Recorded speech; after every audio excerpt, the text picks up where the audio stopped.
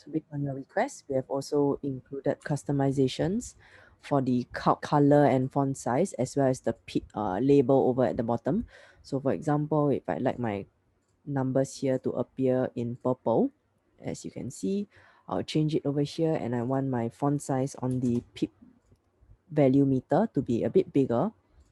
I can do this, and then now you'll see that when I reset the calc button, you'll see that the numbers have turned into purple. So if I were to do an execution here, cell function, you see that the trades now, this is at font size 20 because that's what I changed it to. So if I put it back to font size 10, then it will change to a smaller size as per what you have set. So one more thing that we have also included is the overtrading warning sign. So if you go into your settings, expert list, and then double click on the properties, you'll see that now there is this new function over here for those people who want a warning sign when they are actually overtrading for the day itself.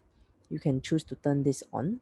So for argument's sake, let's say I choose to only cap myself at 0.01% loss for the day, assuming now I am risking about 1%.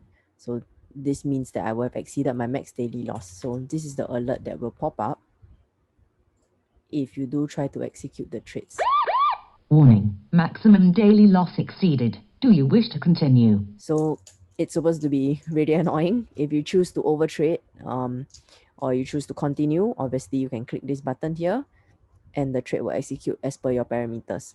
However, if you choose not to, for example, Warning, if you choose maximum to click this, daily loss exceeded. Do you wish to it continue? will close off your entire MT4 or 5, and then that should be clear enough that you should actually stop overtrading for the day. So hopefully this helps those that are actually asking for this function.